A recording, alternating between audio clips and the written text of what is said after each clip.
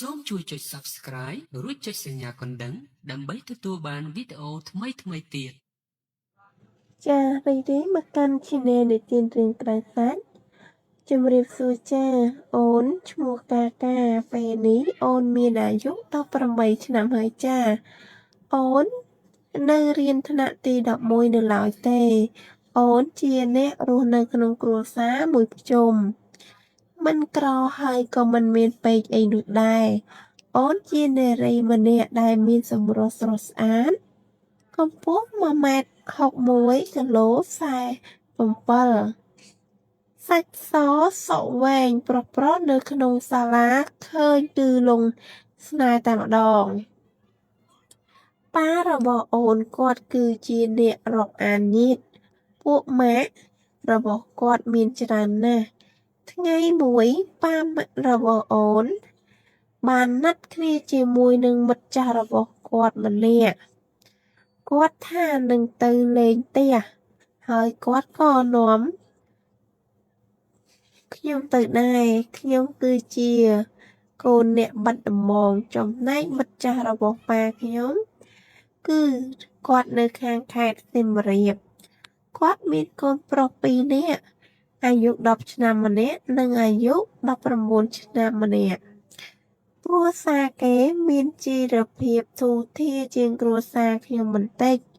ខ្ញុំធ្វើខ្លួនយ៉ាងស្អាតមុននឹងចេញដំណើរទៅពេលទៅដល់មិត្តចាស់របស់ប៉ាម៉ាក់ខ្ញុំគេទទួលពួកខ្ញុំយ៉ាងរាក់ទាក់តែម្ដងខ្ញុំក៏ជម្រាបសួរដូចធម្មតាក្រោយមកយើងក៏បានដើរចូលទៅផ្ទះរបស់ពួកគាត់នាំគ្នាញ៉ាំបាយជុំគ្នាតែម្ដងកូនប្រុសរបស់គាត់ម្នាក់ដែលអាយុ19ឆ្នាំគេនោះលួចមើលខ្ញុំខ្លាំងណាស់ធ្វើឲ្យខ្ញុំអៀនញ៉ាំបាយមិនចង់ចូលទេពេលញ៉ាំបាយរួចចាស់គាត់ក៏ទៅអង្គុយផឹកទឹកតែប្រាជ្ញគ្នាលេងតាមភាសាមនុស្សចាស់ចំណែកខ្ញុំ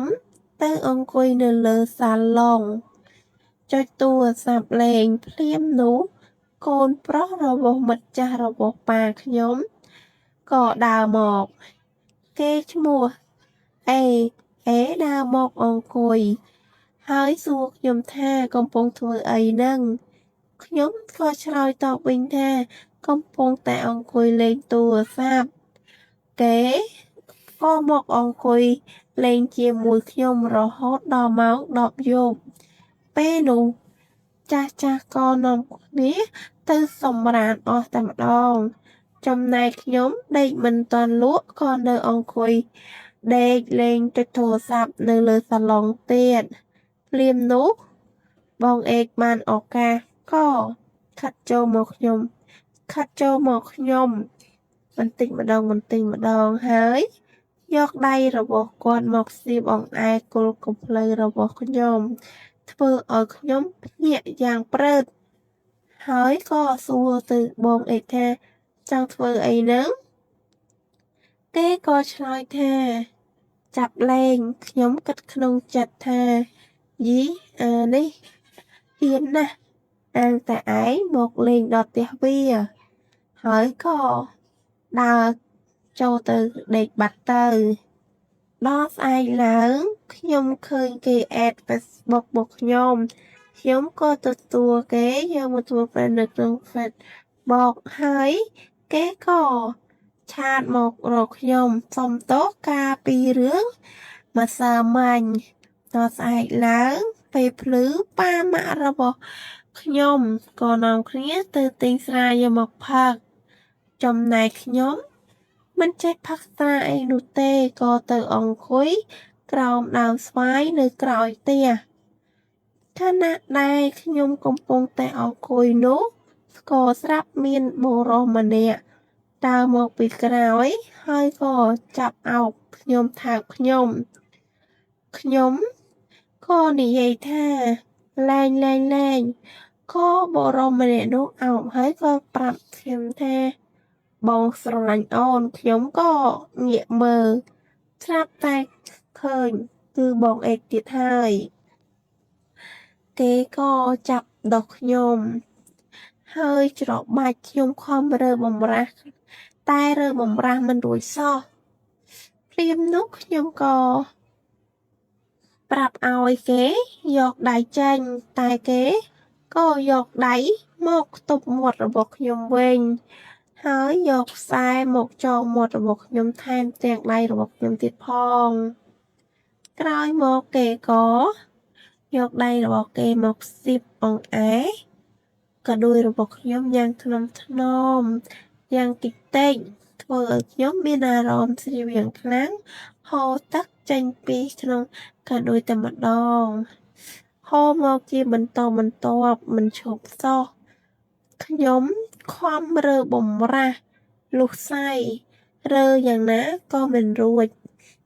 ហើយគេក៏ចាប់ផ្ដើមយកអណ្ដាតរបស់គេមកលិតចុងសដនរបស់ខ្ញុំធ្វើឲ្យខ្ញុំមានអារម្មណ៍ស្លាប់ទ្រាយយ៉ាងខ្លាំងពេលនោះខ្ញុំស្រាវខ្លាំងណាស់រកអ្វីគ្រាបតែមិនបានឡើយនិយាយមិនរួចទេគាត់រួចដល់ពេលក្រោយមកគេក៏ចាប់ផ្ដើមលិតចុងសដនរបស់ខ្ញុំលិតពោះលិត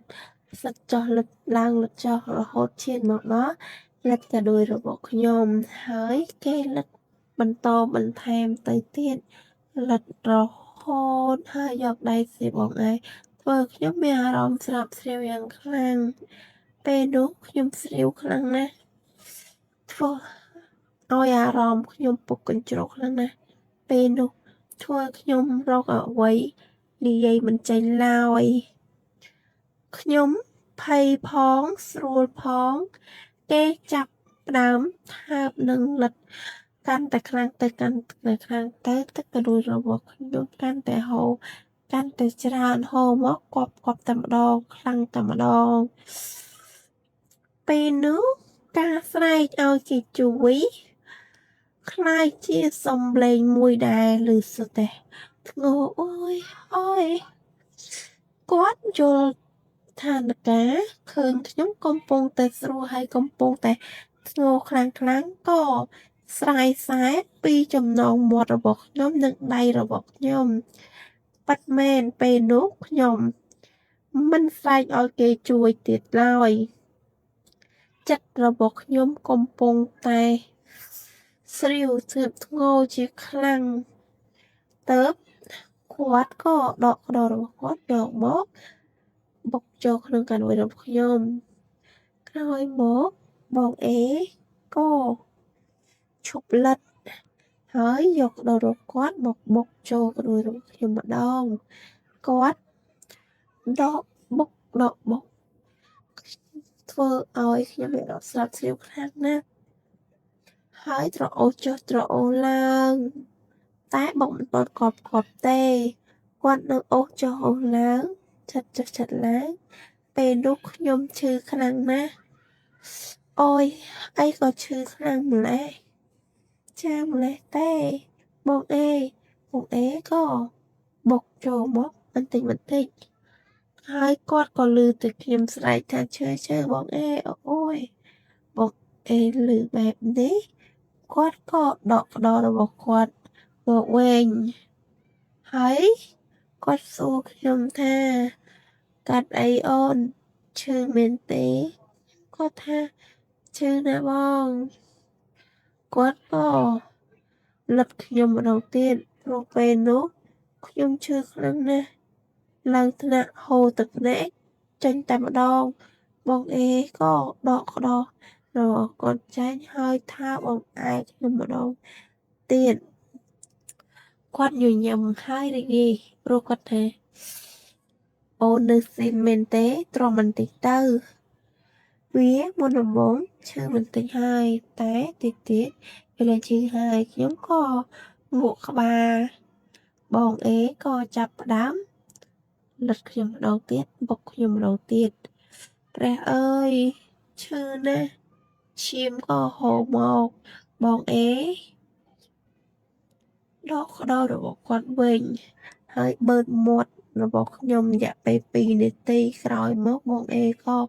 បុកម្ដងទៀតបុកយឺតខ្ញុំក៏ខាំមាត់ទ្រាំតែបន្តិចយូរទៅក៏ចាប់ផ្ដើមស្រួលវិញម្ដងបងអេក៏បានឱកាសដាក់គប់តែម្ដងពេលនោះបុកខ្លាំងហើយក៏គប់អូយខ្ញុំឡើងអង្គើដល់គល់ស្វាយតែម្ដងពេលនោះខ្ញុំធ្ងោខ្លាំងណាស់ដោយមិនខ្លាចអ្នកណាមកតន់ហើយក៏មិនខ្លាចអ្នកណាឮឡើយហើយបងអេខំបុករហូតដល់តែពេលខ្ញុំធ្ងោឡើងអស់កម្លាំងធ្ងោឡើងលែងចង់ធ្ងោពេលនោះខ្ញុំបែកទឹកខ្ចាយតែម្ដងភ្លាមនោះបងអេក៏ចាប់ផ្ដើមចេញទឹកមកតាមក្រោយខ្ញុំនិងដាក់ចូលពេញកានុយរបស់ខ្ញុំតែម្ដងការធ្ងោរបស់ខ្ញុំអូយកាន់តែខ្លាំងកាន់តែស្រួលពេលដែលបុកដាក់ទឹកចូលបន្ទាប់ពីដាក់ចិត្តចូលរួចយើងជួយគ្នារួចមក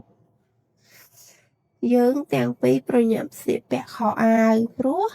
ពេលនោះខ្លាចគេមកទាន់ខ្លាំងណាស់ស្លៀកពាក់ខោអាវយ៉ាងលឿនព្រោះខ្លាចប៉ាម៉ាក់យើងទាំងពីរមកឃើញហើយបងអេក៏ញញឹមដាក់ខ្ញុំនឹងដើរចេញបាត់ទៅដល់យប់ឡើងបងអេក៏ណាត់ជួយគ្នាជាមួយខ្ញុំម្ដងទៀត